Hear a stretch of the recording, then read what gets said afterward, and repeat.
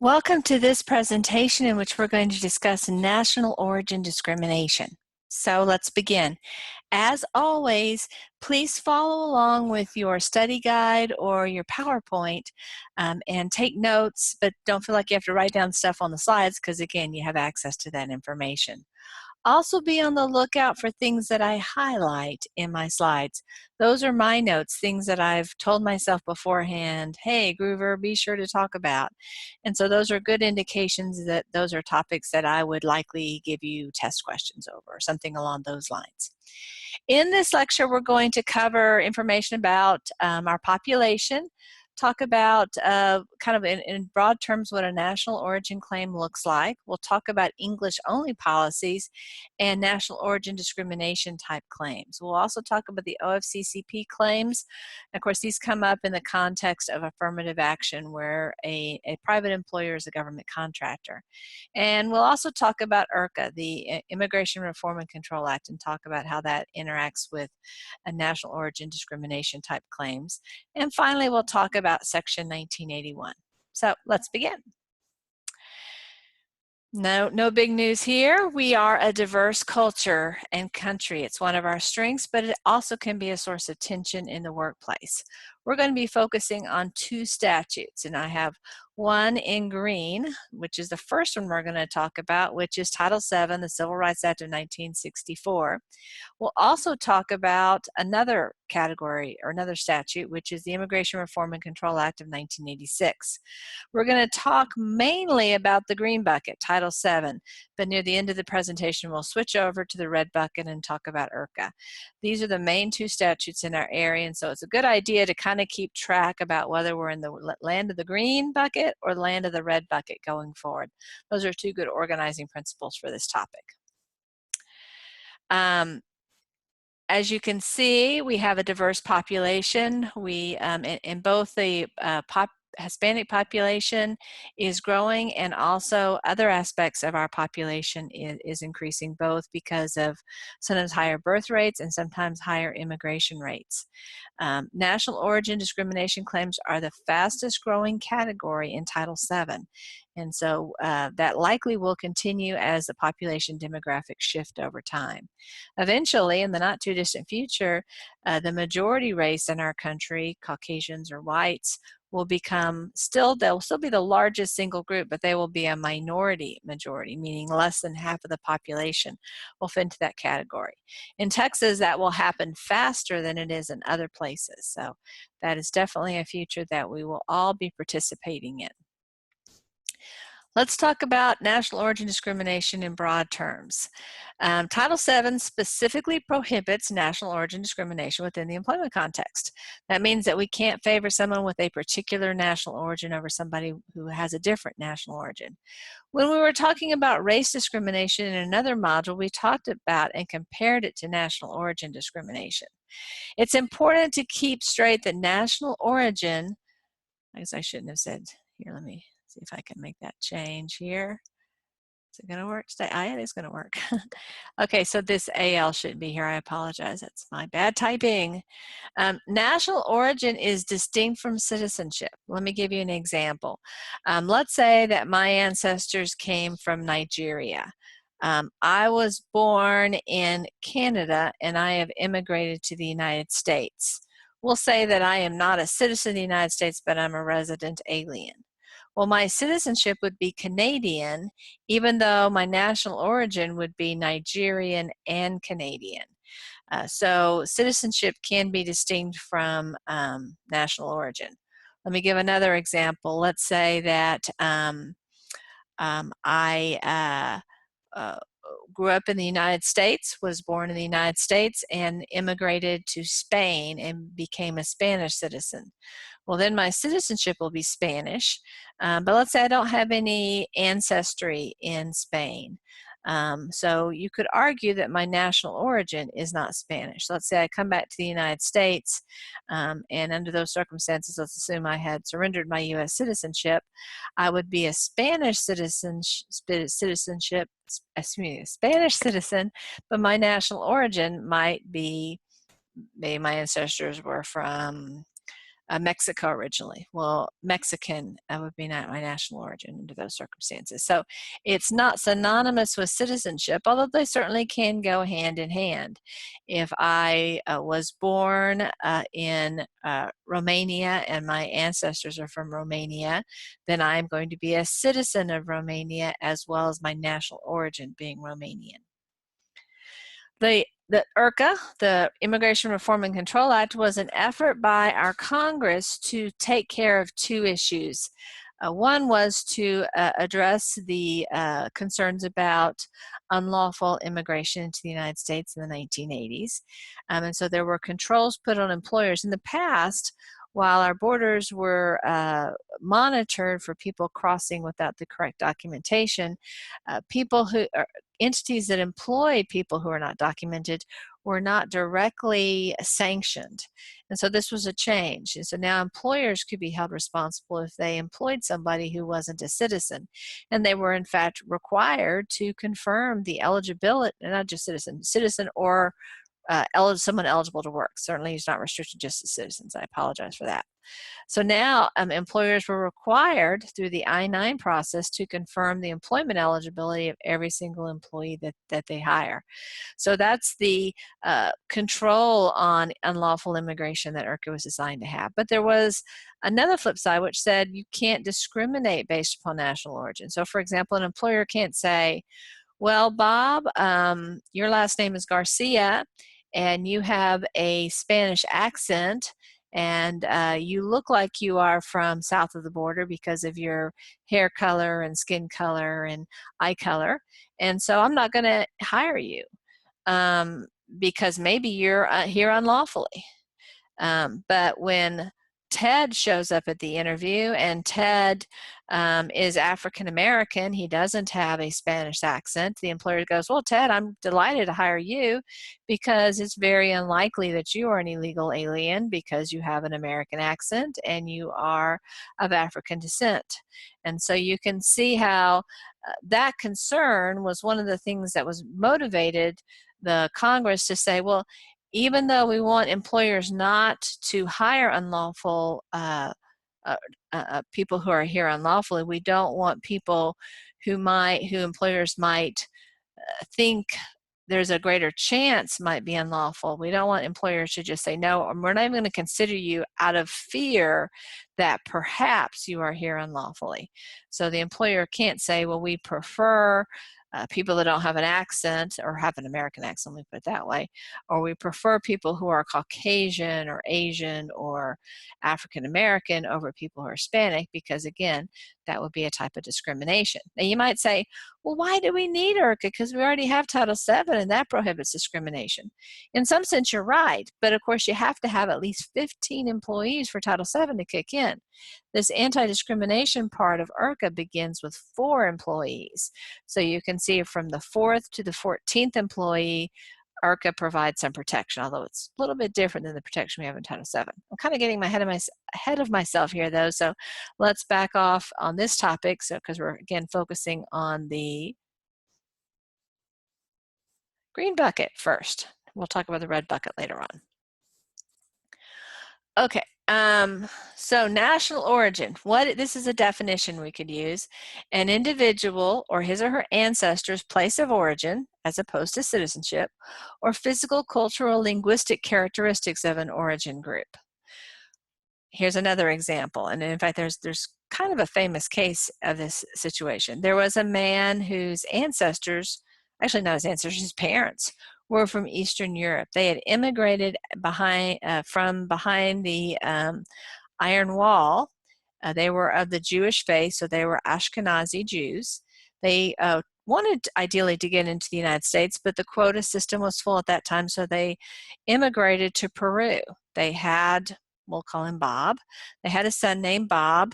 Bob grew up in Peru. He grew up speaking his parents' native language. I can't remember if it was Romanian or exactly which one of the Eastern European languages is, but we'll call it Hungarian for the sake of argument. I'm not sure that was correct, but anyway, so he grew up speaking Hungarian around his family's dinner table, but he also, everyday communication was in Spanish, and I'm sure he learned English in the school. His culture was a mix of Eastern European influences, Jewish influences, and Peruvian or Latin American influences. But to look at him, he looked like he was an Eastern European person. He had the coloring and the facial features that might be typical for an Eastern European person. In other words, he looked white. So he moved to the United States at some point, and he had a dispute with his employer. I don't know if he was, I think he was actually teaching at a university. I don't know if he was denied tenure or was terminated. I don't know the specifics, but anyway, he felt he was subject to discrimination. And he alleged that he was discriminated against based upon his national origin. But he said his national origin was 3 different things: Ashkenazi Jew, Hungarian, and Peruvian. His college disputed, I can't remember which one of those it disputed, and said, well, no, you're really not that. But the court found, no, he really was all those things. A person can have multiple national origins. This particular person, again, we're calling him Bob, may never have lived in Hungary one day of his life. He may not have any Peruvian blood, so to speak, going through his veins, and yet he still has both of those national origins. Because of cultural and linguistic ties he has with those places. So Title VII prohibits discrimination on the basis of citizenship when citizenship discrimination has the effect or purpose of national origin discrimination. But generally speaking, citizenship is not a protected category under Title VII or IRCA. Well, actually under IRCA, there is some focus on that. But generally speaking, Title VII citizenship isn't what's the focus.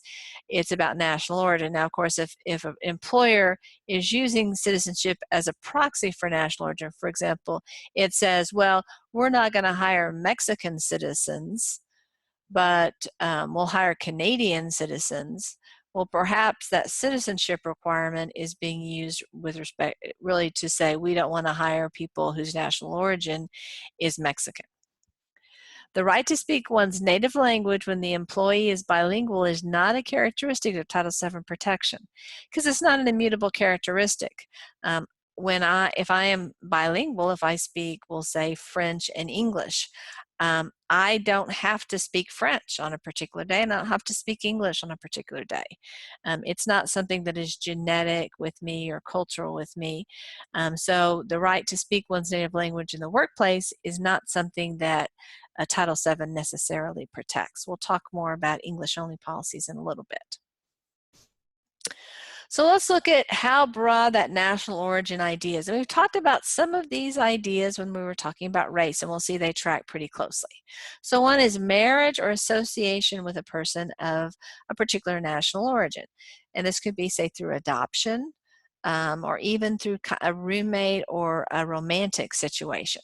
So let's consider this situation. Mary, who's a white Christian, is married to Ahmed, who is an Iraqi Muslim.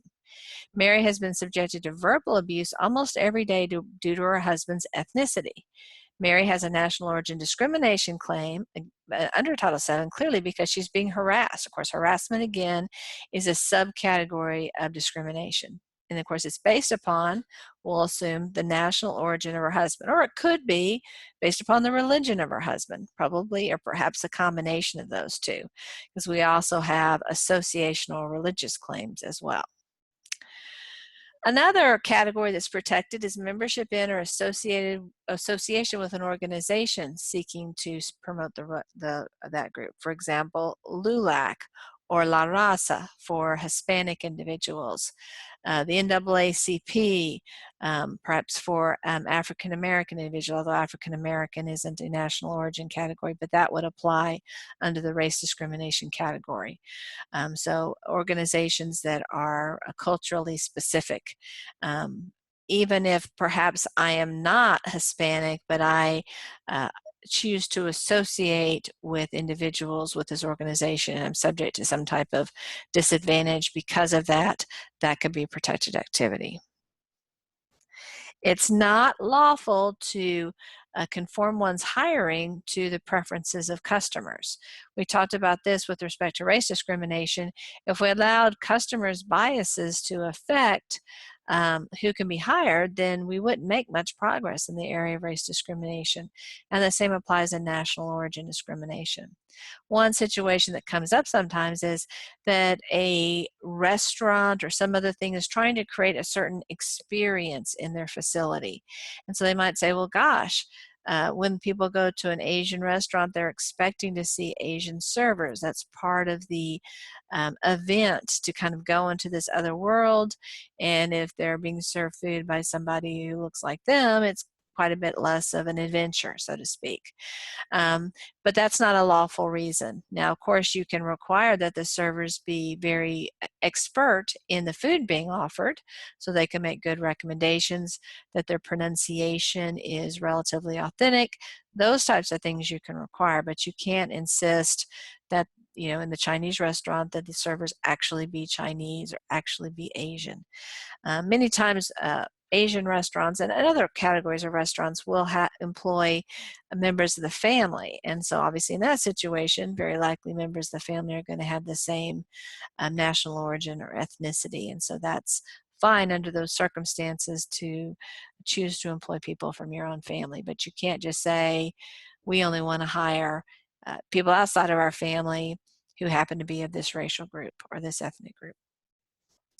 National origin harassment just is a subcategory of discrimination, just like sex discrimination and racial discrimination. Yeah, so, for example, in a situation where somebody is constantly made fun of because of his or her accent, or is denigrated, called unpleasant names because of his or her national origin, all of those things, just like in the race category, that can be subject to, that is a type of discrimination that we reference as harassment. And the Farragher-Eller standard that we talked about with racial harassment applies in this context as well. So very much similarities between this slide. This slide we could almost take verbatim and slide it into the race presentation, just switching out for national origin the term race, and we'd have a good slide. So let's just do a refresher. Employers can't discriminate based upon national origin. The employer can't segregate employees based upon their national origin. This sometimes comes up, and it's especially true if there are some language issues. So you might have a situation where the employer says, well, gosh, I have a group of Caucasians, a group of African Americans, and a group of maybe Asians in this category. And I just think that things will go better if we have the Asians work together and the African Americans work together and the Caucasians work together. And that everyone will just be happier being in their own little comfort zone, and there'll be fewer disputes. And as long as I treat the three groups equally, that should be fine, right? Well, no, separate but equal isn't really equal. And so you shouldn't have segregation. You ought to integrate the workplace. Certainly if you have the people have the ability to post into jobs, certainly it might happen that one person who's, we'll say, African American, his or her best friend might also be African American, so they might post into the department together, but that's not employer-driven activity. So just like we can't classify people for job assignments based upon their race, we can't do it for national origin purposes either. And so that shouldn't even get into that type of situation.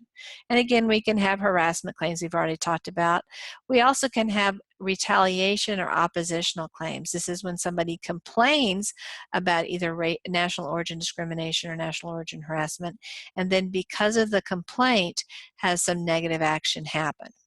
When a retaliation claim occurs, it doesn't require that the underlying or the initial complaint actually be proven. As long as the initial complaint was made in good faith, even though it doesn't end up having, maybe ultimately having merit, the retaliation claim can still have merit. In fact, many employment attorneys consider the retaliation claim the more dangerous claim in many of these circumstances. And of course, retaliation or oppositional behavior can include people testifying in support of a colleague. So that person who is opposing the unlawful conduct may not have even lodged the initial complaint, or really in any sense complained himself or herself. So what qualifies as an adverse employment action? Same things that qualify, frankly, under race discrimination. It could be a denial of employment, a termination, denial of promotion, a demotion, denial of some kind of benefit related to work. It's a pretty broad category of things that qualify if it seems like the employee is less well positioned after the event. It probably is going to qualify as an adverse job action. An employer's selective enforcement of a neutral policy can be an example of disparate treatment. Imagine that you have a workforce of 20 employees, and we'll say 10 have a particular national origin. We'll say that they are Laotian, and then we have 10 people of a different national origin, or maybe a mixed population. And you have a rule that says you can only have 5 tardies in a year. The policy is facially neutral. It looks like it's an enforceable policy. But if it ends up that many of the non-Laotian population weren't fired after 5 tardies, but whenever a Laotian got to his 5th tardy or her 5th tardy, he or she was terminated, then that would be selective enforcement. The policy itself is fine if it's consistently applied, but when one group seems to have the rules enforced against them more strictly than the other groups, then that would qualify as an adverse employment action. Let's consider this scenario here. So Bob's an Asian male. He's fired after being late for work 3 times. His employer has a rule that employees may be fired after being late to work twice. That rule, however, is only being enforced against Asian workers, while workers of other national origins have only gotten a warning. Under these circumstances, even though Bob violated the rule, he can successfully assert a national origin discrimination claim based upon disparate treatment. Now, it's important to note this is not a disparate impact case. He's not saying, well, it's harder for me to get to work on time than it is for non-Asians. That's not his argument. He's saying that the actual way that the rule is applied is inconsistent. The person applying the rule is being more harsh with Asians than with other individuals. So it's actually a disparate treatment type of argument. It would be difficult to see this being a disparate impact argument, but let me just make an attempt. It's going to sound silly, so I'm not defending this position, but let's just kind of play it out. Let's say Bob's position, let's say that the employer consistently applied its attendance rule and it fires everybody on the 3rd tardy, whether that person's Asian or some other ethnicity. Well, Bob could say that this policy has a disparate impact upon Asians because people in this community who are Asian typically live farther away from work. The Asian community has a 45-minute commute, whereas most of the other employees here live much closer. I don't think that's going to fly, but I suppose he could make that effort. He's not saying that the policy itself is discriminatory. He's not even saying that the way it's being enforced is discriminatory. He's saying that statistically it's going to catch more Asians than it will catch other groups, so it would have a disparate impact.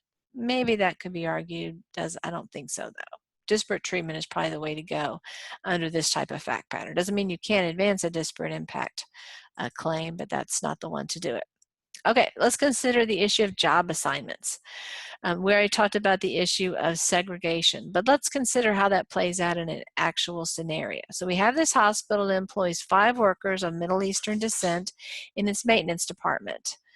The supervisor assigns those 5 workers out of the 20 maintenance employees to clean the morgue and basement every time. This is not, we'll assume that this is a less pleasant task than other parts of the hospital. And so they continually get this part, function that they don't like. The hospital would be guilty of national origin discrimination because it illegally segregated its workers.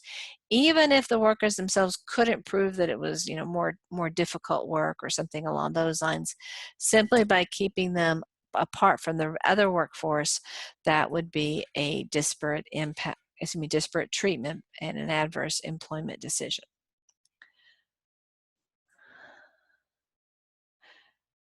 Okay, the familiar disparate treatment and disparate impact analyses apply.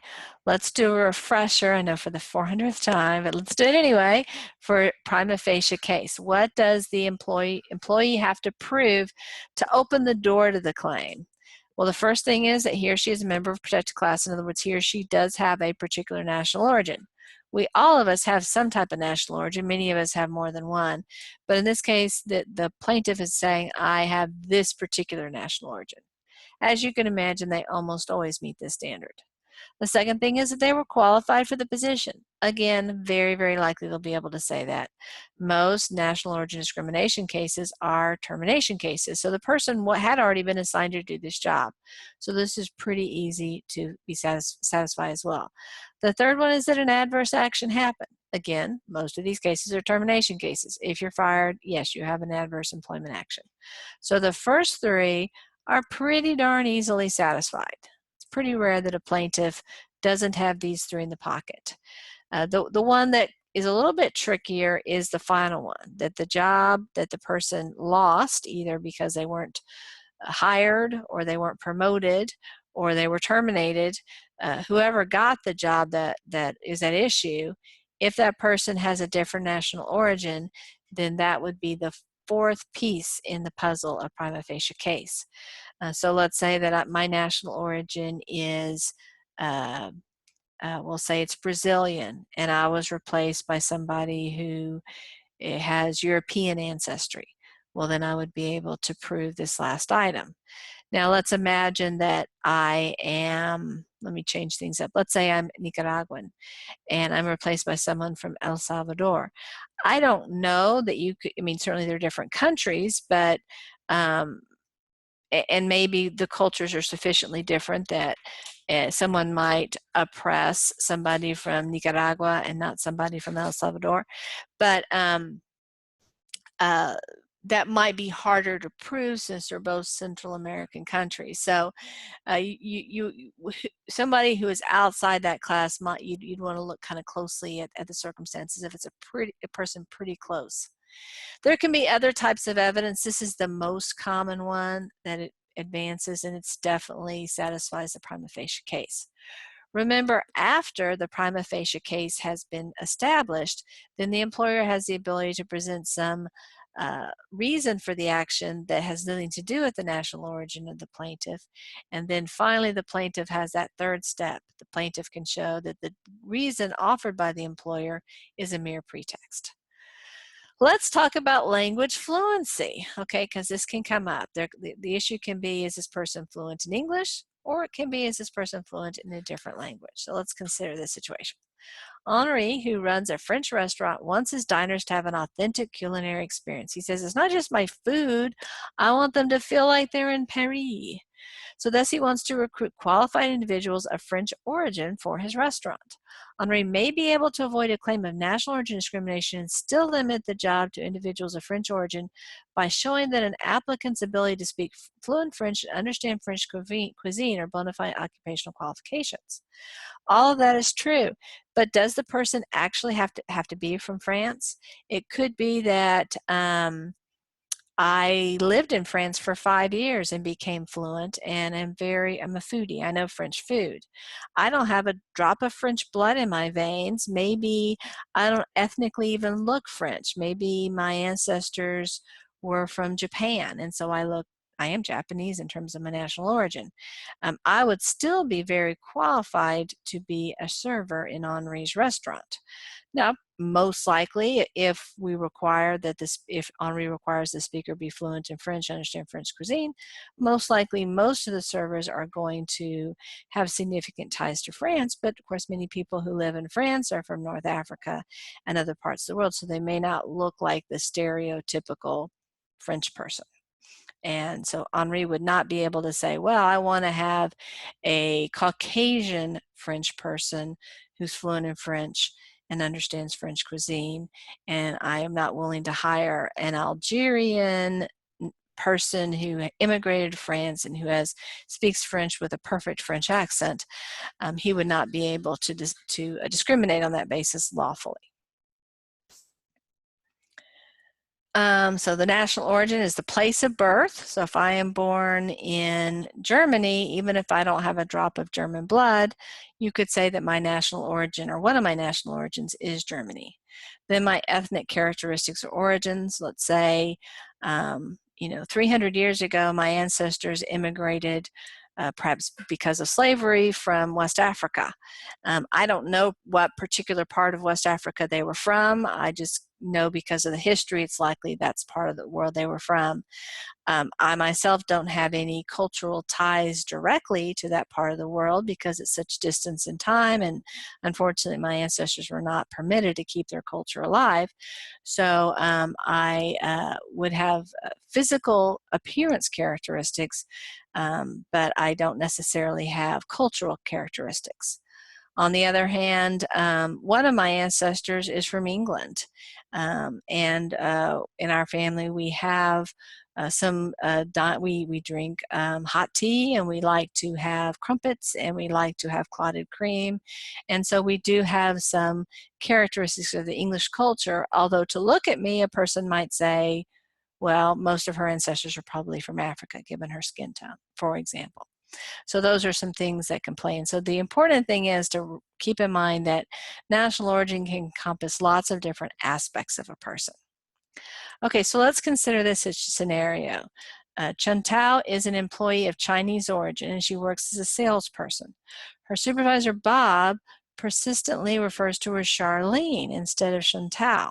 Although she objects and asks to be called by her real name, Bob continues to call her Charlene for over a year. And he justifies his actions, I don't know, by being stupid. I don't know why he justifies his action. But actually he says, an American sounding name will make her more successful. And that will generate more money for the business that both Bob and Chung Tao work for. Under these circumstances, Chung Tao files a complaint under Title VII. As I said, the employer will be liable to Chung Tao because ethnic characteristics go beyond skin color and other physical characteristics and can include names. I will be honest with you though, what exactly are Chung Tao's damages? I mean, really, how scarring is it to be called Charlene? It certainly is insensitive and kind of stupid and ignorant on Bob's part, but I think most attorneys would say, yeah, I mean, Chung Tao, I'm sorry that happened, but I'm not really sure that a lawsuit is the best way to go. Maybe you should talk to Bob's supervisor, or maybe you should find another job if this really ticks you off, but it's hard to make a really good case that this is going to be worth sufficient money to motivate litigation. As we said before, there's no protection based upon status as an alien, whether lawful or unlawful. So the fact that I am here and not a citizen under Title VII doesn't, it's not unlawful under Title VII for the employer to prefer citizens over non-citizens. So for example, an employer can't say, well, I prefer Caucasians or African Americans over people with, say, Mexican national origin. That would be unlawful under Title VII, but it wouldn't be unlawful under Title VII. We're going to talk about IRCA later on, but under Title VII, it wouldn't be unlawful for the employer to say, we prefer U.S. citizens. They might have ancestors from Mexico, they might have ancestors from France, they might have ancestors from Africa, but we prefer people who are U.S. citizens. That would not be unlawful under Title VII. But we'll see under IRCA that it raises some issues. Okay, so sometimes there are grooming or appearance expectations with a particular national origin group. And of course, many times religion is also in this mix, that religion may be an important part of that culture. Generally speaking, an employer does not have to accommodate the national origin appearance standards of an employee. For example, if I am Scottish and I want to wear a kilt to work because that reflects my culture, my boss doesn't have to let me to do that. Now, if he lets other people wear skirts to work and there's no set dress code, then he can't discriminate against me by not giving me the same opportunities that other people are given. But if there's a dress code that says you got to wear khaki pants and a brown shirt, I can't say, well, that doesn't apply to me because I'm Scottish and I like to wear kilts. No, it does apply to you under those circumstances, because while I can wear my kilts whenever I want to, I can't wear it at work if the dress code doesn't comply with that. In the areas of religion, though, it can be more dicey. Now, oftentimes religious requirements might be focused on personal modesty. For example, a woman who would like to wear a hijab or some other covering of her hair or part of her face, or her hands or something along those lines, or maybe an Amish person who wants to cover her part of her hair or cover her arms or her legs, that type of thing. That would be a religious requirement, not a national origin requirement. We'll have a whole section on religion later on. But from a national origin perspective, you don't have the right to dress a certain way if the dress code in that place is different. Okay, so let's talk about Mary. Mary comes to work in clothes that are highly reflective of her national origin. This happens to violate the dress code of her workplace. After being politely asked to follow the office dress code several times by her supervisor, Mary is finally asked to return home and change into clothing that conforms with the company's dress code. Mary's employer can defend the dress code because Title VII does not require an employer to accommodate an employee's attire of national origin. Again, we'll assume for this example that it's not Mary's religious requirement that she wear this particular clothing. Okay, let's consider a different scenario. Bob, the manager of a manufacturing unit, issues a written workplace policy stating that any employee who is related to people of Latin American origin will be ineligible for a promotion to the supervisory level. Okay, so he's not just barring people who are Latinos and Latinas, but he's saying if you have a family member, I mean, Bob's pretty darn stupid. Let's just put that out there. This workplace policy issued by Bob violates Title VII because it will result in discrimination against people who are married to or associated with people of a particular national origin. And it could be any. It wouldn't have to be Latin American, but any category.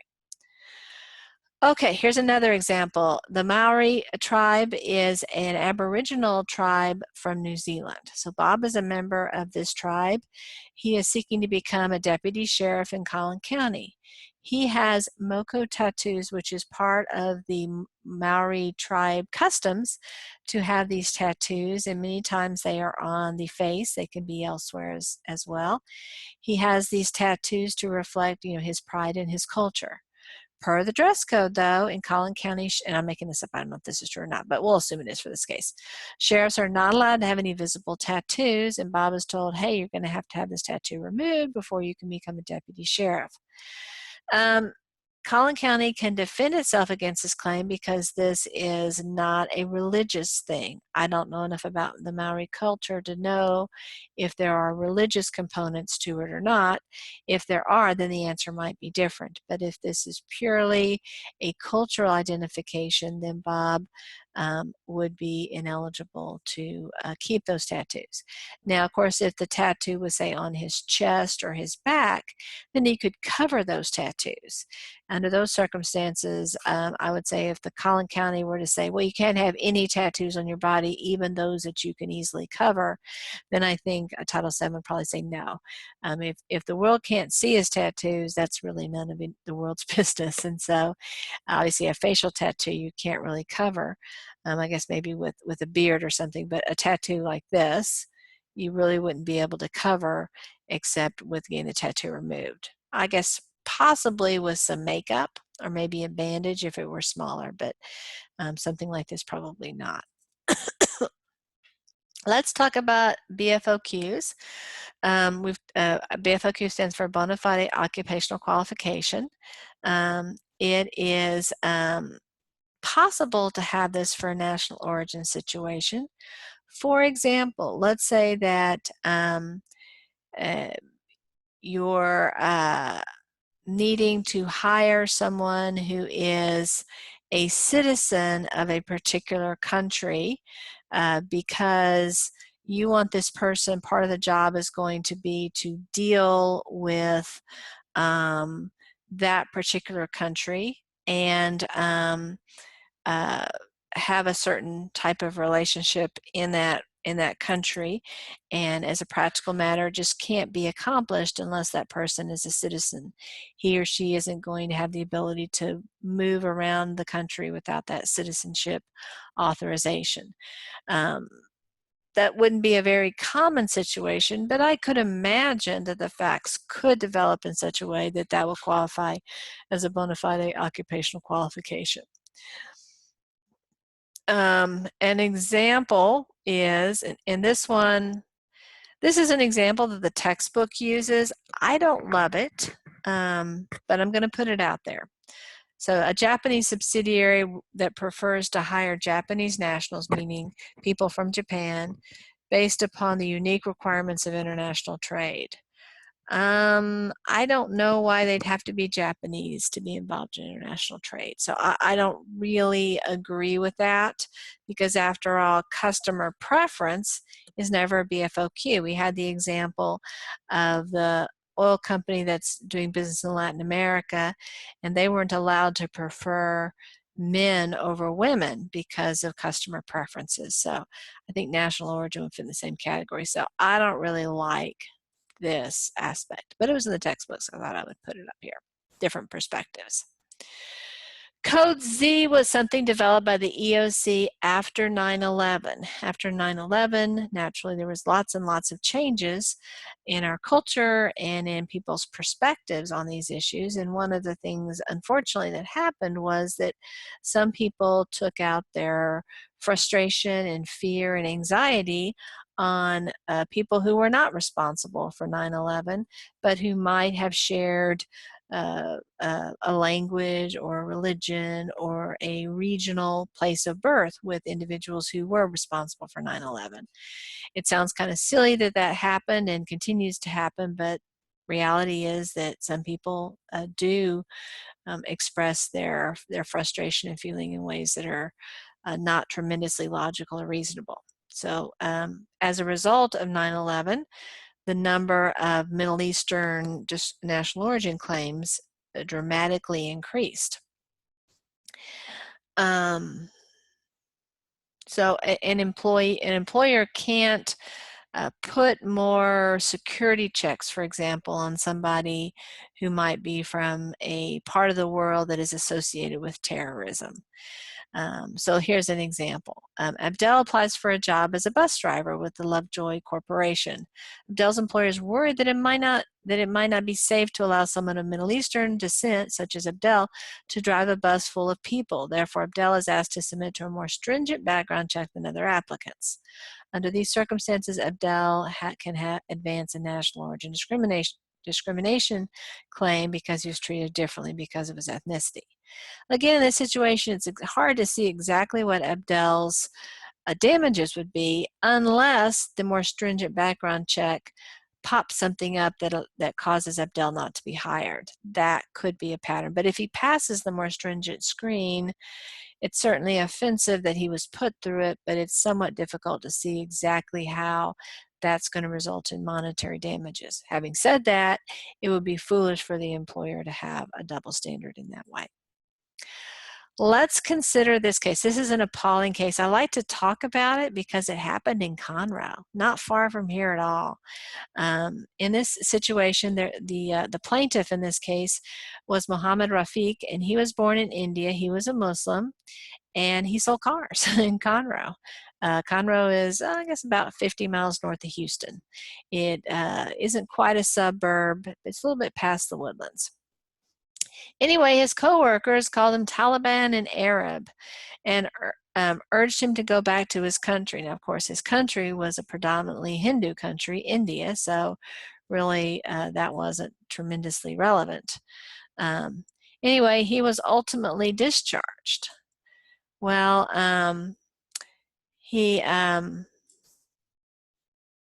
sued, and one of the arguments that his employer advanced was, well, we're not guilty of national origin discrimination against Mr. Rafiq because we didn't understand what his national origin was. We were stupid. We thought he was from the Middle East, maybe Iraq, maybe Lebanon, maybe Syria.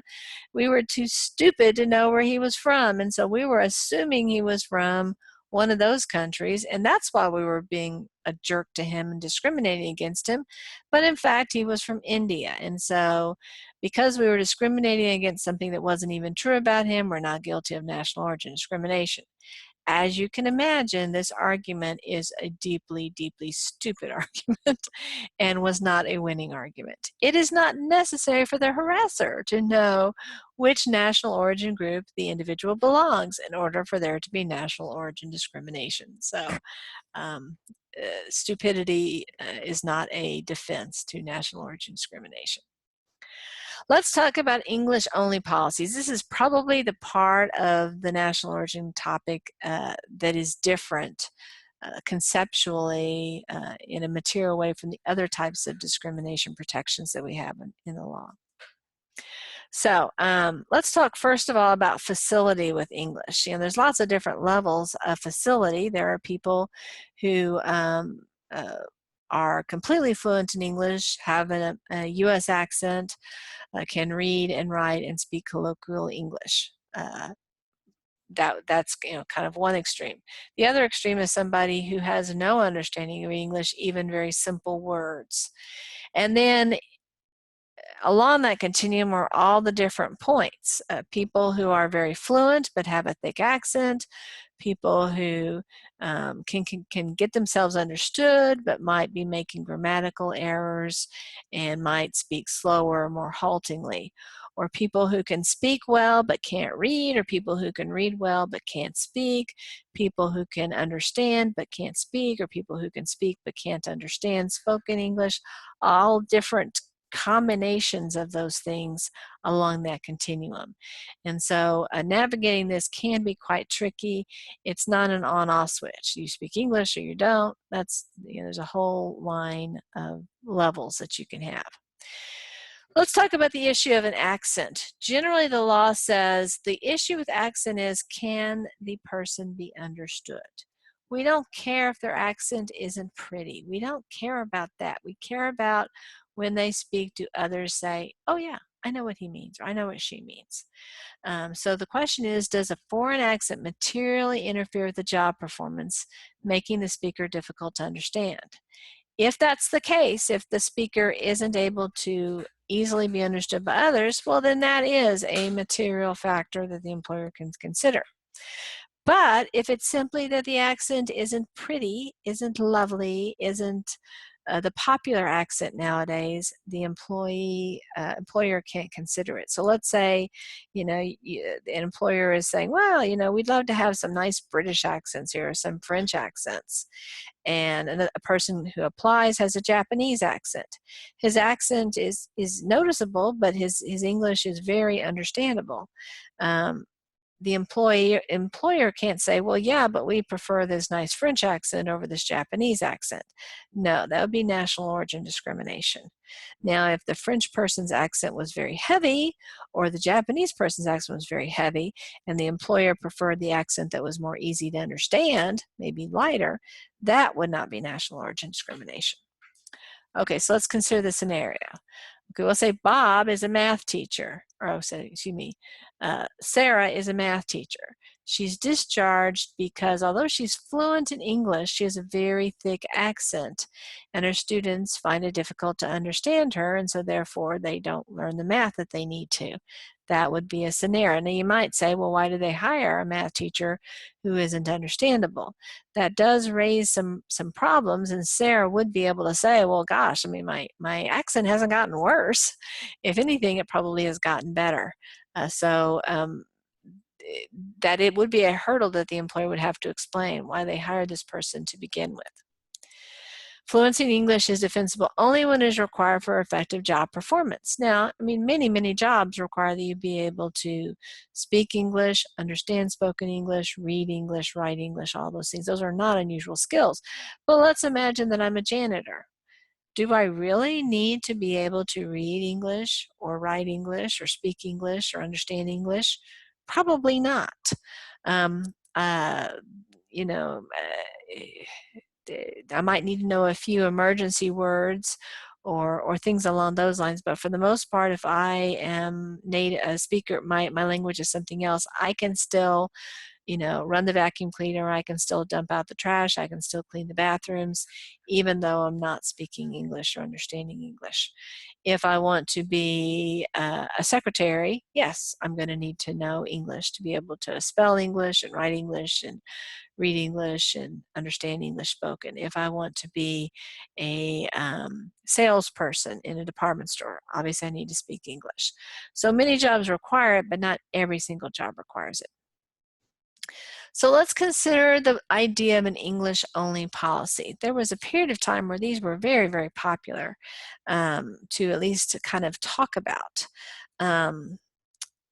Generally speaking, an employer cannot require that the workplace be English only, especially during times where the employee is not on the clock. If I am on my break or at lunch, or it's before I've clocked in at the beginning of my shift, or it's after I've clocked out at the end of my shift, I'm not performing work for my employer at that time. So if I choose to speak another language, that's my own business. Now, an employer might say, well, yeah, okay, you're in the break room, you're talking with your friends in language XYZ, but the problem is that many of our other employees don't speak language XYZ. They hear you talking and laughing, and they start thinking, huh, are they laughing at me? Are they talking about me? And maybe the person hears a little bit and occasionally will hear a name, Bob, blah, blah, blah, blah, blah, Bob, blah, blah, blah, blah, huh, Bob, blah, blah, blah. And that it's Bob sitting there. And so they might start thinking, they seem to be talking about me. I hear my name mentioned, and they are laughing, or they're looking at me, or I feel like they're talking about me, whether they are or they not. Generally speaking, courts have not been sympathetic to that argument. And of course, the employer can't have a break room. This is the XYZ language break room. This is the English language break room. People are allowed to kind of put their hair down and be comfortable. Now, the suggestion would be, if you have this situation come up and there's tension, is to have people just sit down and talk about it and say, hey, you know what? People are allowed to speak the language they're comfortable with. But you know what? None of us should be talking about the other person in the break room, no matter what language we're talking about. And so we ought to trust one another that's not happening, and we ought to make sure that it isn't happening, because that's not kind to the other people in the workplace. But what about when somebody is on the clock? What should the rules be under those circumstances?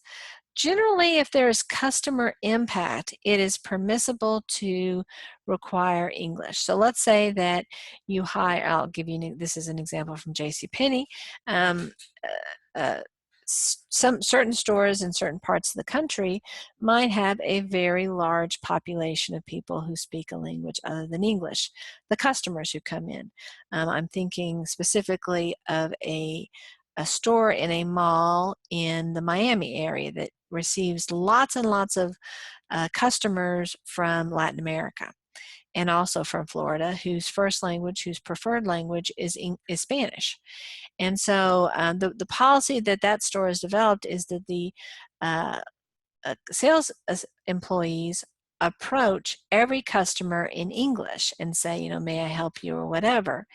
And then if they sense that this person might prefer Spanish, and also there's several other languages that are in that community, maybe Haitian Creole, for example, or other languages, then they would say, would you prefer that I speak Spanish? And if the person still looks at them like, I'm not quite sure what you're saying, then they can say that same sentiment in Spanish or in Haitian Creole if that person speaks that language.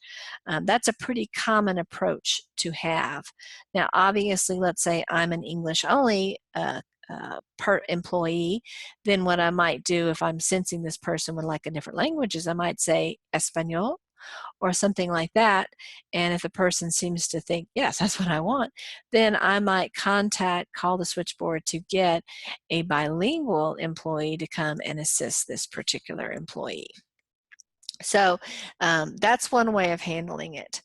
Customers oftentimes are concerned if the customer hears employees speaking a different language, especially customer service employees. For example, if while the customer is walking around the store, he or she sees some sales people who are speaking in a different language that the customer doesn't understand, the customer can feel uncomfortable. And so it is an option for the employer to say, listen, when you're facing the customers, you do need to speak English. Probably not the janitorial staff, but the sales staff, that's a reasonable expectation. On the other hand, when the sales staff is in the stock room, organizing the stock room outside in a non-customer facing area, that would be a time where if the workers would be more comfortable speaking Spanish, then there's no reason why the employer would care what language they're speaking. Probably they'll be more efficient if they're speaking a language that, that is more natural to them to communicate in. There can be safety issues with a workplace that has multiple languages going on. Let's say there's a fire, or machines have to be shut off because of some electrical issue or something like that. You need to have some way to communicate at least some simple ideas very quickly to people in a way that they'll understand. That doesn't require fluency by any means, but it does require at least everybody knowing certain phrases, like fire, or, exit through the red doors, exit through the green doors, or turn off your machine, or whatever the thing is. Would need to have at least some vocabulary along those lines. But the reality is that's not a lot of work to get people to that point. Having maybe 5 or 10 phrases like that wouldn't take an employee very long to master those. Employees who avoid Title VII liability for national after employee, if they can show that the rule is necessary to maintain supervisory control. So let me give another example. Let's say that the supervisor in your work area is monolingual. He or she only speaks English. And if it happens that the employees are speaking other languages, then it's hard for the supervisor to necessarily evaluate, are these workers actually working on the assigned project, or are they gossiping or doing something else? The supervisor can evaluate for the English speakers. They can see if the people are speaking about, well, this is how we're going to solve this work problem, versus, what'd you do last weekend or whatever. And so under certain circumstances, to maintain supervisory control, the supervisor can require that the individual speaking English while on the clock. Again, never during the break time. Tennessee has a law about this. I haven't seen any additional activity in this area, and Texas does not have an English-only law. I don't know if that's would actually be upheld as a constitutional statute, but it's not here in any event. The employer bears the burden of proof for English-only type requirements, so the employer is going to have to put forward an explanation about that. Let me give an example about how English-only issues can be tricky. Imagine that you run a styling salon. That's the nature of your business. You're an HR professional, or maybe you're in the legal department of this salon. Your salon caters to a diverse clientele, some of whom are English speakers, some of whom may be Spanish or a different language speakers. Your stylists also represent a diverse population. And the way that your styling salon is configured is that a stylist is assigned to a particular booth or chair. That is the one that she or he will be working at, and then there'll be one next door, and then so forth. They're all quite close to each other, and so if you're at station 4, you can hear what's happening at station 5 and station 3. So while you will say you're assigned to station 4, you are styling the hair of your customer. Usually there's some small talk going on. There's talk about the hair, but there also may be discussions of the weather or fashion or whatever. And it can be an effective tool for the stylist to develop a rapport with the customer, because one of the goals the stylist has, honestly, is to try to persuade this customer to, if the customer isn't already a committed customer to this stylist, to persuade this customer to want to return to get this hair service done in the future. And so one way of doing it is obviously to do a great job with the hair, but another way is develop a rapport, make the experience pleasant, fun, comfortable for the person. And one way to do it is to chat. And you can see how if your customer prefers Spanish or Vietnamese or French or whatever, and you happen to be fluent in that language, that it would be a smart strategy for you to start using that particular language. And so let's say your customer prefers Spanish, and so you start speaking in Spanish. Well, the next booth over, the customer there is an English-only customer. He or she hears the Spanish, doesn't know what's being said, maybe assumes correctly or incorrectly that he is or she's being discussed, and so that can cause issues with the English-only customers. So there are lots of subtle issues here that require a deft hand, a sensitive approach, one that is designed to make everyone feel comfortable, from the customers to the employees, and that respects everybody's kind of situation and circumstances. And so it really involves kind of building a spirit of teamwork. If there are tensions already in the workplace, English only can be a way that those tensions kind of spill out. The EOC's position is that there's only a very narrow availability for English only rules, and those are basically business justifications. Again, things like safety and things along those lines. Narrowly tailored policies applied only at certain times are legal if they are a business necessity. The EOC is not going to be on board with interfering, again, going back to the salon example.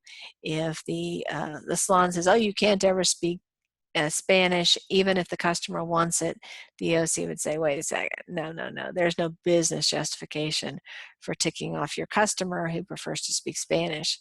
And so the EOC's position has been pretty anti-English only. Courts have been less staunchly anti-English only policy. So the EOC has taken a little bit more of an extreme view in this area than courts have. So when you look at the EOC's policies, take it with a bit of grain of salt, because courts have been a little bit more open to enforcing English only policies, again, outside of the break times, than the EOC might ideally wish the courts would do.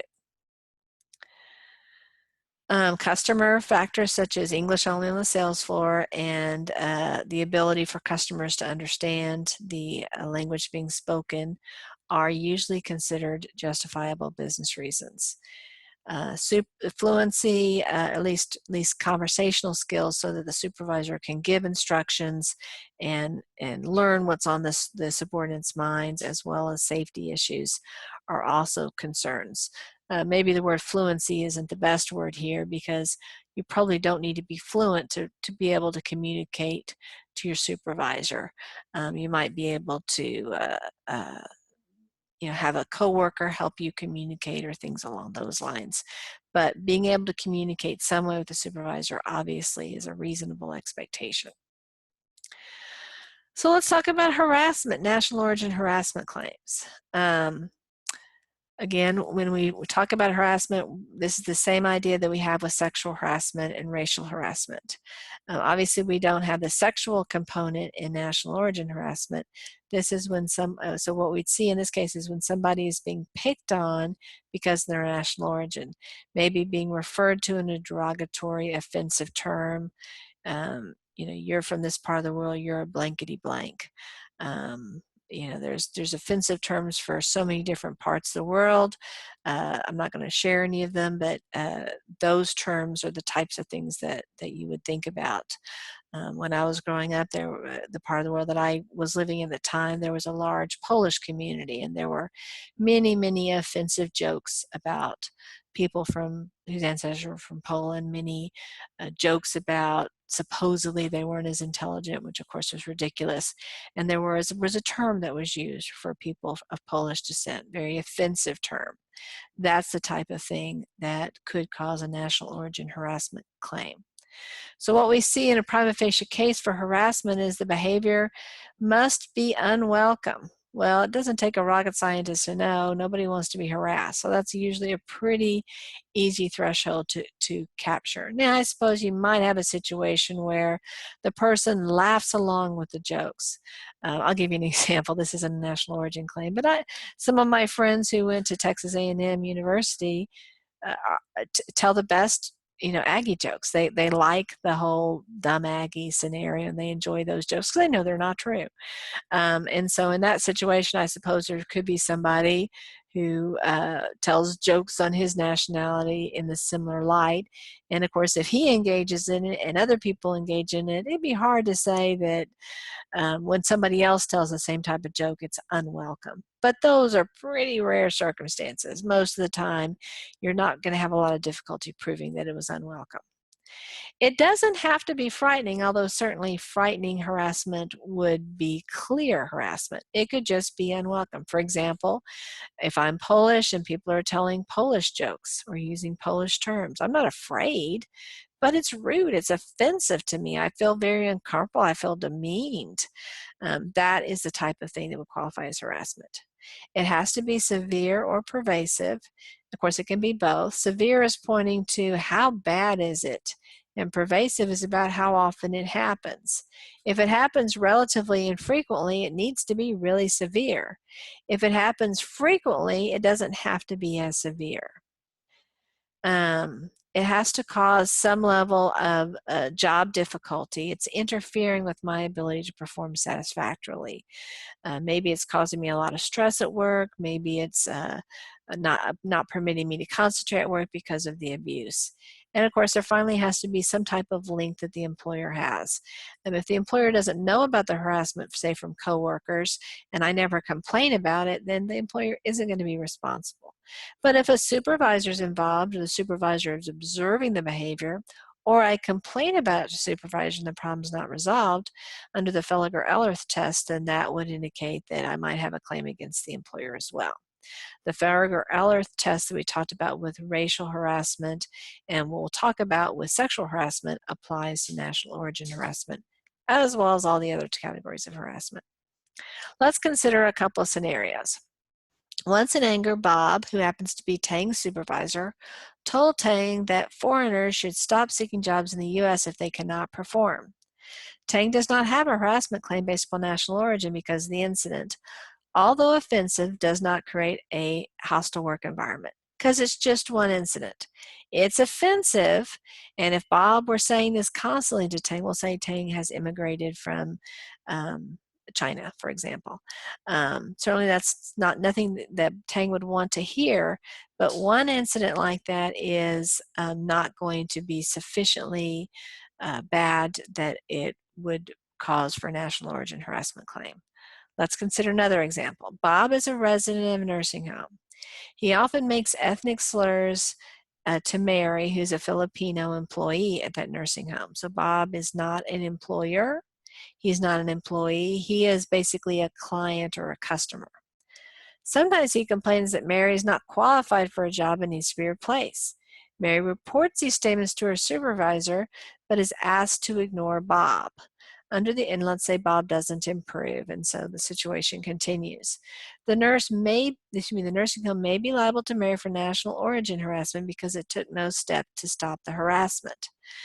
This is difficult, though, for the nursing home. The nursing home should have investigated the matter, interviewed Bob, interviewed Mary, interviewed other people that might have heard some of these exchanges.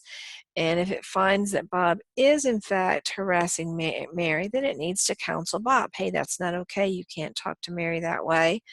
Maybe another strategy might be to move Bob to a different part of the it's best not to move Mary, but to move Bob to a different part of the nursing home if that's an option. It may not be if he owns the apartment or something like that in the nursing home. That wouldn't work, obviously.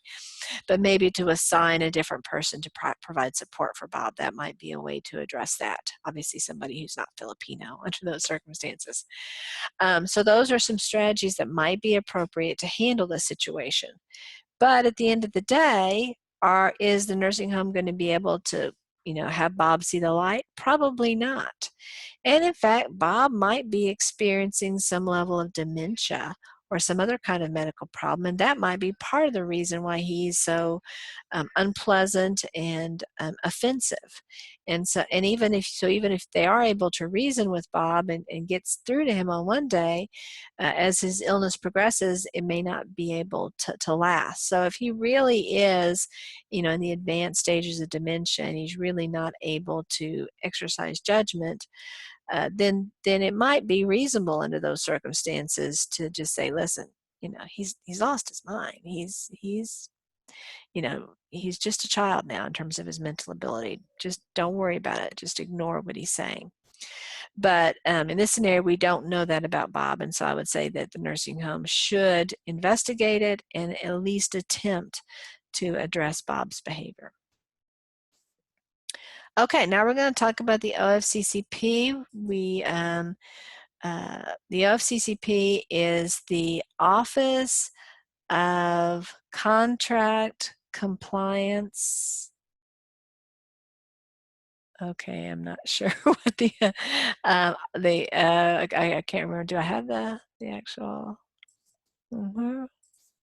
I don't have it listed here. It's the government office that handles compliance with contracting requirements with the federal government. It's the branch that reviews the affirmative action plans that government contractors have. So I apologize for not knowing what the abbreviation is for. Just like race and gender, national origin is a category that is covered by the OFCCP guidelines. And now we're going to our second bucket. So up to this point, we've been talking about our green bucket, our Title VII bucket, and now we're going to switch and talk about our red bucket, our IRCA bucket, the Immigration Reform and Control Act bucket. And we'll end with, we don't have a bucket for 1981. That's just a little bit we'll cover, so you can imagine a second really small bucket over here for Section 1981, perhaps.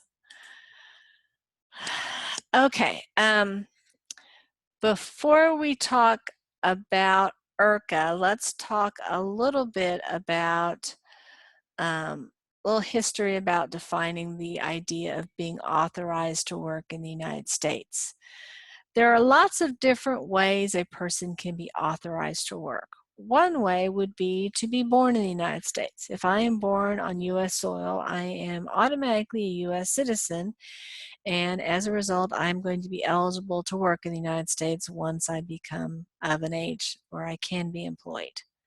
Another way I can be eligible to work in the United States is to become a naturalized citizen. I'm born elsewhere, but I decide to become a U.S. citizen.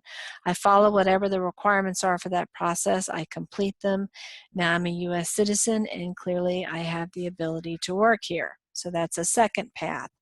But there's a whole host of other paths that can result in me being able to work here, even though I am not a U.S. citizen.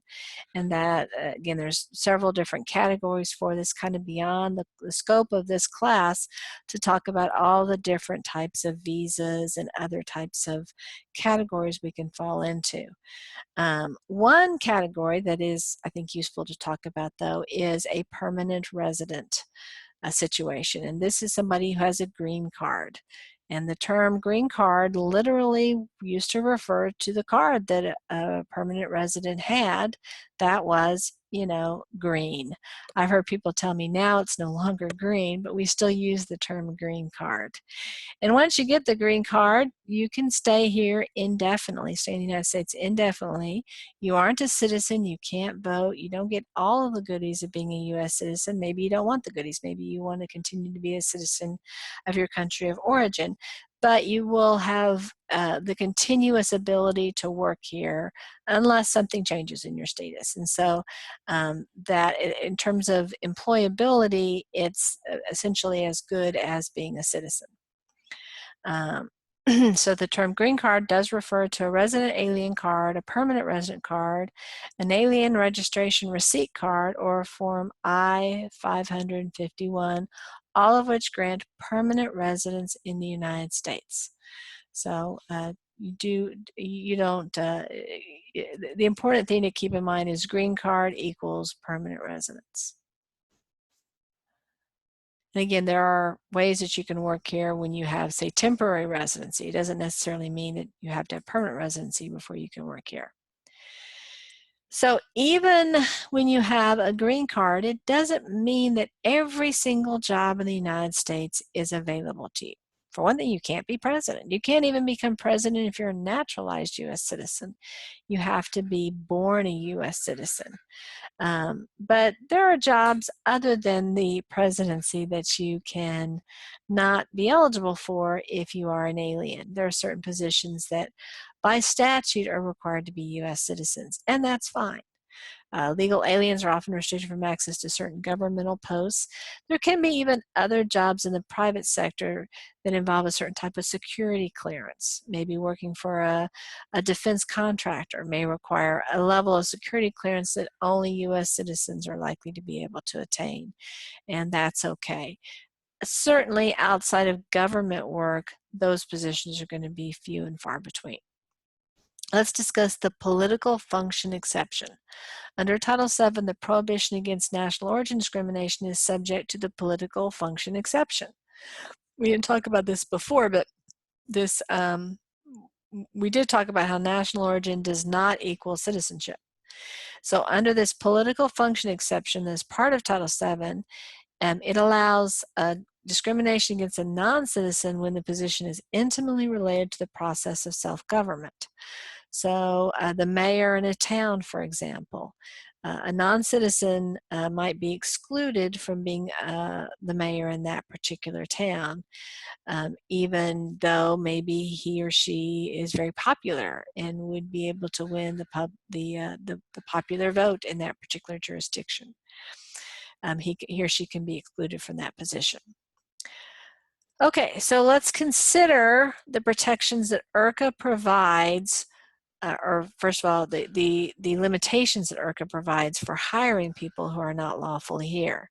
It is unlawful for U.S. companies to knowingly hire, recruit, or refer aliens not authorized to work in the United States for work. The knowingly, though, is let's kind of explore this a little bit more detail. It includes when you actually know this person is illegal and you illegally here in present United States, and they and you still decide to hire them. Certainly, that level of knowledge is clearly unlawful. But it also covers situations in which you had pretty darn good reason to think this person was not here lawfully, and you didn't ask the questions you should have asked. So this might be referred to as the ostrich defense. This person is putting his head in the sand and choosing not to look at all the evidence that is there. Part of what IRCA requires is that I-9 process. And so someone presents you documents that, show you a picture of somebody on the driver's license that doesn't look like your person. And they say, oh, I took that picture 4 years ago. I've gained a lot of weight, or I've lost a lot of weight, or I've dyed my hair, whatever. Well, I still don't think that's you. Oh, sure, it's me. And then they move on to the topic. Or, things that would really put a red flag that this person probably isn't the person that they claim. Or it's a driver's license, but it appears that it's been altered in some sense along those lines. So those situations, the employer who decides not to ask the probing questions can't really say that he didn't know. He really did know. He chose not to know under those circumstances. The disparate impact national origin analysis applies to physical requirements such as minimum height. So now we're flipping back to our first bucket, to our green bucket for a second. We're going to talk about Title VII and disparate impact. Some people, different people from different parts of the world, sometimes their body types can vary. certain parts of the world, people might be taller on average or shorter on average. Sometimes the difference in height reflect genetic differences. Sometimes the difference in height may be due to nutritional limitations when people are children. Maybe there was a famine in the country at a time. And so, unfortunately, that resulted in some people not attaining their full height. And so, physical differences like that can have disparate impact. Let's consider a couple of cases. Carlos is a Mexican American. He's 5'5". We'll assume that's a fairly typical height for Mexican American men. He applies for a job as a mechanic, but he's not hired because he doesn't meet the minimum height requirements of 5'8". If the height requirement cannot be justified by business necessity, Carlos has a national origin discrimination claim in that he can show that because the average height of Mexican men is lower than the average height of the general population, this would have a disparate impact upon Mexican Americans. You can see it would also have a disparate impact upon women, and there might be other groups it has a disparate impact on. Unfortunately for Carlos, he can't advance the woman argument because he's a man. But if we were to change Carlos into Carla, I mean, I don't mean any kind of weird sex change or anything type situation. I mean, we have a different person named Carla here. I don't want to get into the whole transgender thing here. So we're just saying, we'll say Carlos's sister named Carla. So Carla is also 5'5". Or maybe she's shorter than that. And let's assume that Mexican women are also shorter on average than the average American woman. So then, under those circumstances, she could advance both theories. She could advance a national origin discrimination claim and a gender discrimination claim based upon disparate impact. Okay, let's consider Luis. Luis is a Mexican citizen eligible to work in the United States. He works for a company with 12 employees. Luis has better qualifications than Bob. Luis and Bob apply for a promotion and Bob gets it. Luis overhears his employer say that he would never promote a Mexican over a quote-unquote real American. Of course, being from Mexico, Luis is American because he's from, North America. Luis can file a national origin discrimination claim under IRCA. Yes, he can. Because we're under 15 employees, Title VII is not going to apply to this situation. But it is unlawful under IRCA for the employer to prefer U.S. citizens over citizens from other countries as long as the foreigner is eligible to work in the United States. The only time under IRCA that an employer can prefer a U.S. citizen is in a tie, when they're equally qualified. But in this case, we've already established that Luis is better qualified than Bob under these circumstances. This scenario would also be a violation of IRCA, potentially. Actually, I'm going to take that back because disparate impact cases, I haven't seen people interpret IRCA for disparate impact. I'm not saying it couldn't be successful, but I don't know that the law has expanded in that area. So that would be interesting to look into it further, but I'm not aware of a disparate impact analysis necessarily working under IRCA.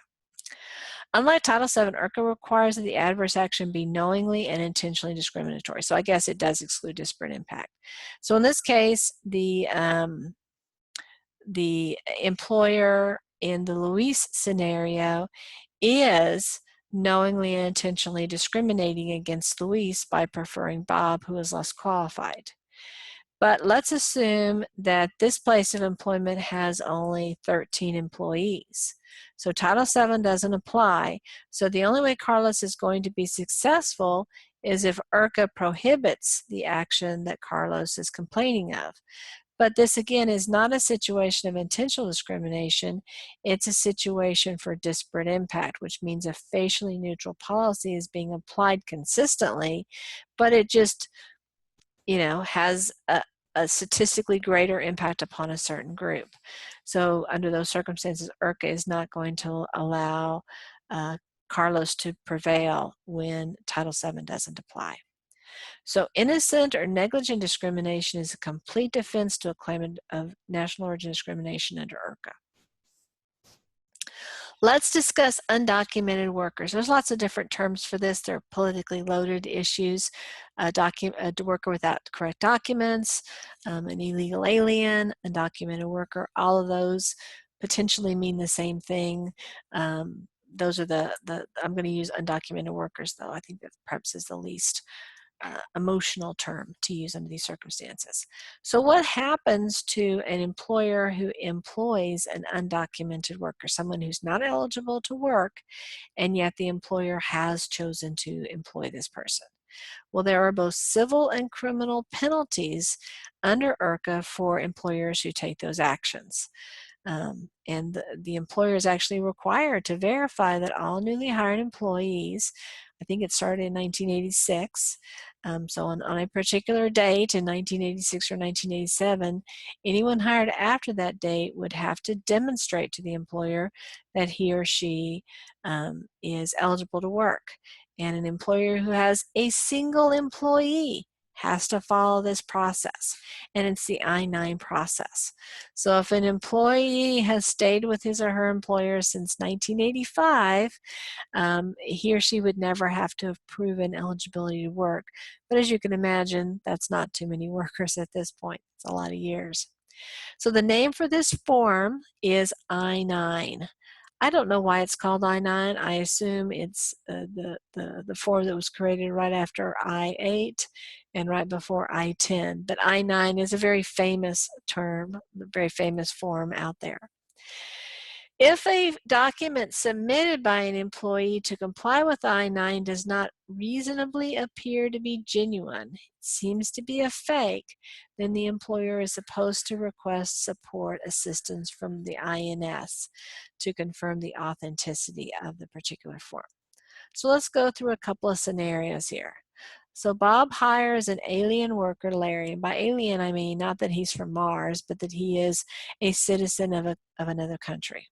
Because of Larry's qualifications and the cost Bob's company will incur if he is hired, Bob employs Larry without asking him to provide the necessary documents.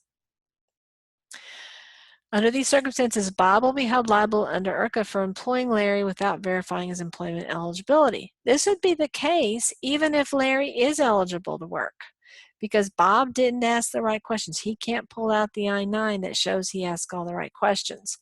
Obviously, the penalties will probably be greater if it ends up that Larry wasn't eligible to work and Bob didn't ask the right questions.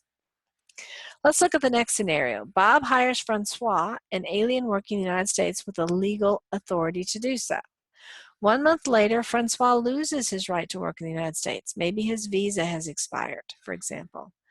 Bob's continued employment of Francois will constitute a violation of IRCA if Bob knows that Francois has become an unauthorized alien.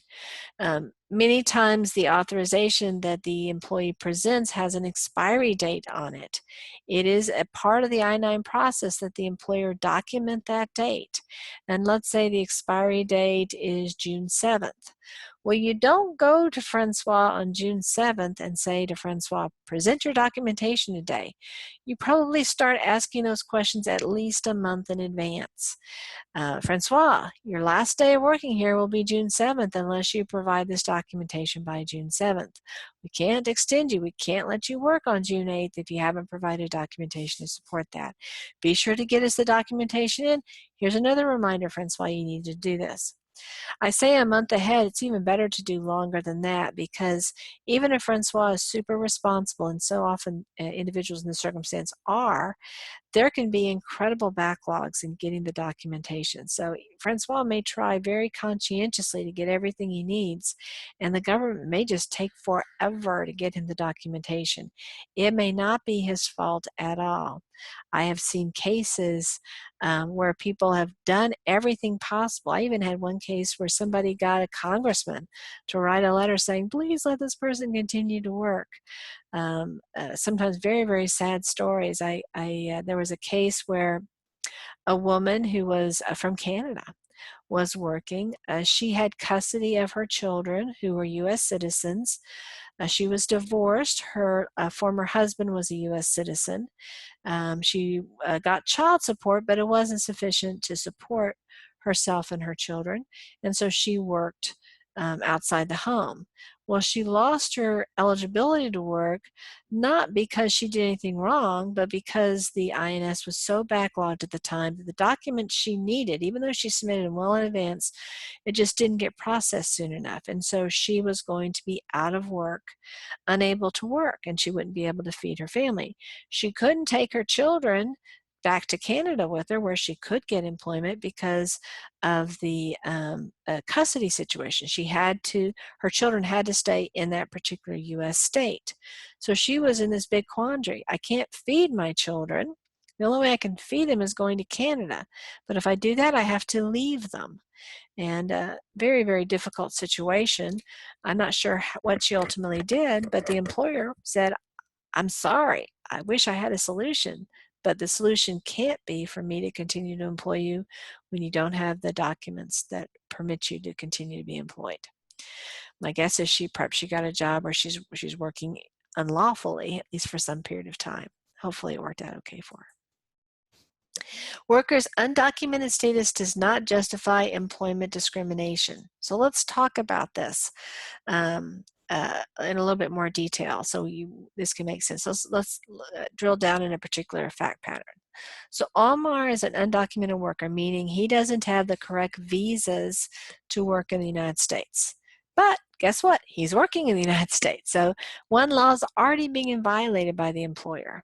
He's routinely harassed because of his Middle Eastern ancestry. His supervisors and coworkers often refer to him as a terrorist and call him Taliban. He complains to his manager about the harassment, and after a few days, his supervisor conducts an investigation and finds out that Omar is an undocumented worker. And then the supervisor conveys this information to the INS. Mink Manufacturing will be liable if the company acquired information on Omar's status through a retaliatory investigation. So the employer is really having two levels of risk here. One is a violation of IRCA for employing an undocumented worker. The second is retaliation, because if the reason why the company decided to find out Omar's immigration status or ability to work in the United States is to retaliate against him because they said, we want to get rid of this guy. How can we get rid of him? This is the way that we'll get rid of him. That's another violation. Now, it becomes a little bit more difficult in this situation because what are Omar's damages going to be like? Well, certainly under the after acquired evidence argument, he couldn't have continued to work once the employer knew he wasn't eligible to work. And so he might have some mental anguish from being called a terrorist and part of the Taliban, but he wouldn't have been able to continue his employment. So there's a problem for Omar in terms of his damages, and of course, most likely under all these circumstances, Omar is deported. So he's in some other country, so his ability to prosecute his lawsuit would probably be fairly limited. So the EOC recognizes that undocumented workers can successfully file discrimination and harassment claims, even though certainly the damages may be limited. Now let's talk about the Fair Labor Standards Act, which is the FLSA. This is the minimum wage law and also the child labor law. We'll talk about this in more detail in other units. But let's imagine, in fact, there's been cases in this area. Let's imagine that an employer is employing an undocumented worker and paying that worker a sub-minimum wage, an unlawful wage.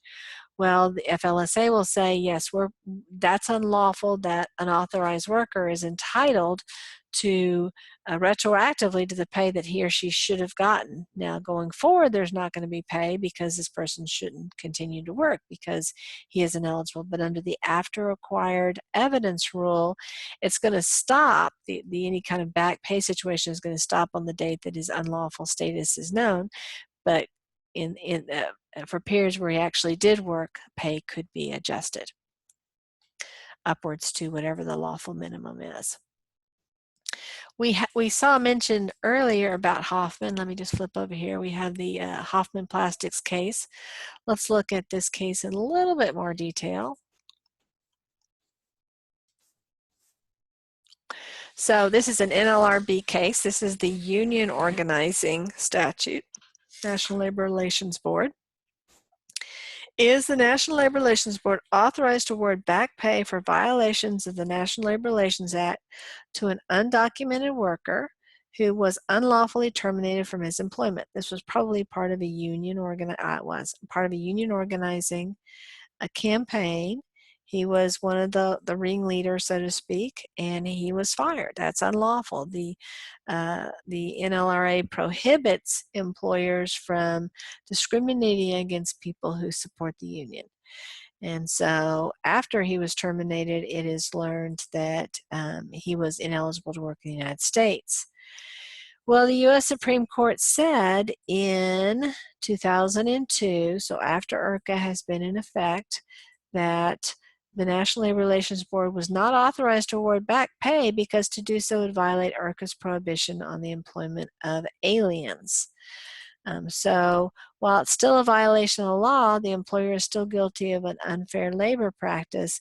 It's unfortunately not going to help Mr. Castro because he is not going to be able to collect any money, and most likely he's been deported. So that's a limitation on the protections that are afforded. And this oftentimes happens when you have two laws that conflict. You can't discriminate against somebody because of union activity, or you can't you can't pay someone below minimum wage, or you can't discriminate based upon national origin. All of those types of protections, those pro-employee protections over there, are sometimes in tension with the prohibition against employing people who lack the correct documents to work in the U.S. Employer obligations under IRCA are these: to identify, verify identity, and employment authorization for all new employees. Again, this applies to all employers, even for the first employee that they hire. If an employee uses false documentation but later provides proper documentation, the employer is required to correct the relevant information on the I-9 form. So let's say Bob submits a fake ID. It looks good. The HR clerk who processes it thinks Bob is eligible to work in the United States, so Bob's employment starts. 6 months later, he actually gets the authorization that he did not have previously. So now he goes back to the HR person and says, oh, here's my documentation. Well, now a new I-9 needs to be generated. Okay, so this applies from the first employee. The anti-discrimination provisions apply only once you get to 4 employees. So the first, second, and third employee, you can discriminate based upon national origin. I mean, I say that, I don't mean to say it's morally okay. Obviously, it's offensive to do so, but it's not a violation of IRCA to do so. So IRCA's anti-discrimination provisions apply only to those employers with 4 or more workers, which of course is almost all employers. But they do not apply to employers who are already subject to Title VII, which is triggered for companies engaged in interstate commerce with 15 or more employees. So we're looking at 4 to 14. You may wonder, well, why does it cut off at 14? Why doesn't it just continue on? Well, Title VII starts at 15, and Title VII affords employees significantly more protection. So we have from 1 to 3, no national origin protection. So the first, second, and third employee don't have any national origin protection. The 4th through the 14th have some against intentional discrimination. Starting with the 15th employee, all of the employees, including the first ones, have a protection under Title VII for intentional as well as disparate impact type national origin discrimination. So there's kind of 3 steps to this process. IRCA prohibits employers from refusing to hire non-citizens with work permits or those non-citizens whose appearance characterize them as non-native born persons. So an employer can't say, well, gosh, we're just going to employ people that don't have any kind of foreign accents. That way we know we're complying with IRCA. Actually, you don't know you're complying with IRCA because it's absolutely possible for somebody to have moved to this country when they were quite young, who don't have any kind of foreign accent, who aren't eligible to work. At times that's been the circumstance, for example, for dreamers. Or you could have somebody from Canada who doesn't seem to have a foreign accent, but who is not eligible to work in the United States. So that's not a very good test, first of all. Second of all, it's not a lawful test because it would tend to discriminate against people based upon their national origin. It will qualify as intentional discrimination, and so it would violate this category. Very, very small employers might possibly be able to get away with it, but would not generally be able to work. It certainly wouldn't be the right thing to do. So under IRCA, an employer cannot favor U.S. citizens over non-U.S. citizens unless the two individuals are equally qualified. It can be a tiebreaker, but the employer can't favor the U.S. citizen if the U.S. citizen is not as qualified. Let's consider a couple of scenarios here. So we have Adjoa, who's a Ghana. She's from Ghana. I apologize for not being able to pronounce that. She's a very skilled librarian, and she is authorized to work in the United States. She applies for a position, and Mary, a U.S. citizen, also applies for the same job. Adjoa is much more qualified than Mary, but the official or the employer picks Mary because the official thinks, well, you know, Joe is probably going to return to Ghana. Mary's a U.S. citizen. She might stay here a lot longer, so let's go with Mary. Under those circumstances, Joa could claim not only under IRCA because she could claim under IRCA, but not a Title VII because she was denied the job because of her citizenship. Let's say for a second that Mary is also a Ghana. It was originally born in Mary was originally born in Ghana, so Mary also has the national origin of a person from Ghana. The only difference is the citizenship. Now, of course, if Mary were from some other ethnicity, maybe she's Latin American, maybe she's English, or maybe she's Indian, or maybe she's Filipino or whatever, then it's possible that Adjoa could say that there's a national origin issue here. That would be a little bit hard to make given the facts as we know them, because it seemed to be the focus was on citizenship and not national origin. The idea being, well, Adjoa probably isn't going to be here that long because she's not a citizen, whereas Mary will be because she is a citizen. So the facts point to an IRCA case versus a Title VII case. Okay, let's consider the next scenario. Jing is a U.S. citizen who's permitted to work in the U.S., and Mary is Caucasian U.S. citizen. They apply for the same job. Jing loses the job to Mary. To prevail in a national origin claim under IRCA, Jing must prove she's more qualified for the job than Mary. If Mary is more qualified or they're equally qualified, Jing is not going to be successful in her national origin / discrimination claim under IRCA.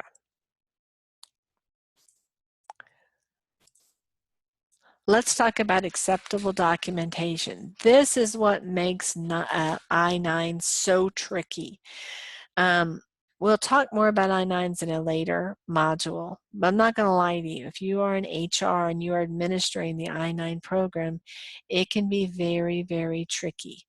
Most employees will present two categories of documents. They'll either present a driver's license with a picture on it, and an unrestricted Social Security card. That's the most common combination for people who are U.S. citizens to present. Also, another common thing would be to present a birth certificate and a U.S. birth certificate and a driver's license. That's another common combination. Probably the third most common combination is a U.S. passport. But there's so many other documents that can be presented. And so when somebody shows up with documents that aren't these typical ones, it would be lovely for that HR clerk to be able to say, well, these are the documents I accept. I know the documents have 100 different combinations on here, but we're only accepting the first 3 or 4. The reason why we can't do that, though, is that if you aren't a U.S. citizen, you're not going to have a U.S. born passport. I mean, U.S. born birth certificate, and you aren't a U.S. citizen, you're not going to have a U.S. passport. And so many of those choices, those most popular choices, aren't going to be available to you. The only documents you may have to prove that you're eligible to work are unusual documents that that particular HR clerk may never see again, that only a handful of people, or a few hundred or a few thousand people even have access to. So it does present some challenges for the HR clerk. A best practice is, if an HR clerk isn't comfortable or isn't sure that this meets the requirements, is to take a good photocopy. And I would even say, don't just photocopy it, take a good picture of it, because, and this is going to sound weird, but it's just true, that a lot of these unusual documents don't photograph well, especially on a non-color printed, because many times it's just a print in a passport book or something along those lines, a stamp in a passport book. And so there are challenges with that. And then to go to the INS and say, hey, is this okay? Or to do some research to confirm it's okay. When an employer insists upon particular documents, this is called document discrimination or document abuse, and it is unlawful. So employers are prohibited from committing what's commonly referred to as document abuse. And document abuse is when an employer requests an applicant to produce a specific document or different documents that are required to establish employment eligibility, or reject valid documents that appear to be genuine. Saying something like, well, I don't know about these whole passport stamps, just get me an unrestricted Social Security card, that's all I want. Well, that's not what they're required to do. They don't have to do that. So keep in mind, this is tricky to do. You can have your HR clerks be trained to handle 95% of the circumstances, but there's going to be some that are going to require a deeper dive, and it's a good idea to have talked with that clerk about strategies to get these resolved before the problems actually do arise. So we are done with our red bucket and we're done with our green bucket. So we've covered Title VII and IRCA. Now we're going to go on to Section 1981. We talked about Section 1981 in the race section. Now we're going to talk about it a little bit in with respect to Section 1981. So Section 1981 protects identifiable classes of persons who are subject to intentional discrimination solely based upon their ancestry or ethnic characteristics. In other words, Section 1981 is discrimination because of who they are.